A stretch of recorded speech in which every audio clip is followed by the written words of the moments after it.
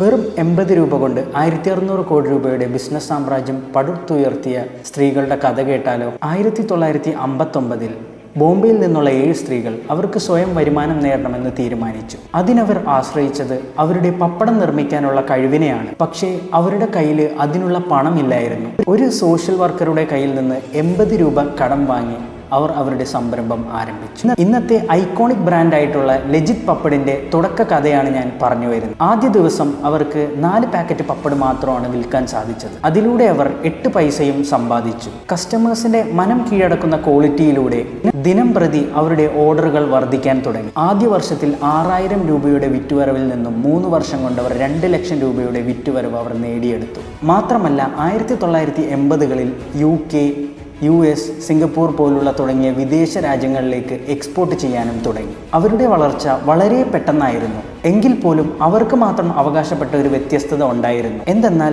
Legit papad ഒരാളുടെയും ഉടമസ്ഥതയിൽ അല്ലായിരുന്നു. അത് നടത്തിക്കൊണ്ടിരുന്നത് വനിതകൾ മാത്രം അംഗമായിട്ടുള്ള ഒരു കോപ്പറേറ്റീവ് സൊസൈറ്റി ആയിരുന്നു. എല്ലാ അംഗങ്ങൾക്കും തുല്യ പരിഗണന നൽകുന്നതിനോടൊപ്പം തങ്ങളുടെ ലാഭവിഹിതവും തുല്യമായി എല്ലാവർക്കും നൽകുകയും ചെയ്യും. ഇന്ന് 60 കൊല്ലങ്ങൾക്ക് ശേഷം ഏകദേശം 4500 അംഗങ്ങളും 25-ന് മുകളിൽ രാജ്യങ്ങളിലേക്ക് എക്സ്പോർട്ടുമായി ഒരു വർഷം ഏകദേശം 1600 കോടി രൂപയുടെ വിറ്റുവരവ് നേടാൻ ലെജിറ്റ് പപ്പടിന് സാധിച്ചു. വുമൺ എംപവർമെന്റ് എന്ന ആശയം ഒക്കെ ഈവൻ ഡിസ്കസ് ചെയ്യുന്നതിന് മുമ്പേ ലെജിറ്റ് പപ്പഡ് ഒരു റെവല്യൂഷന് തന്നെ തുടക്കം കുറിച്ചു.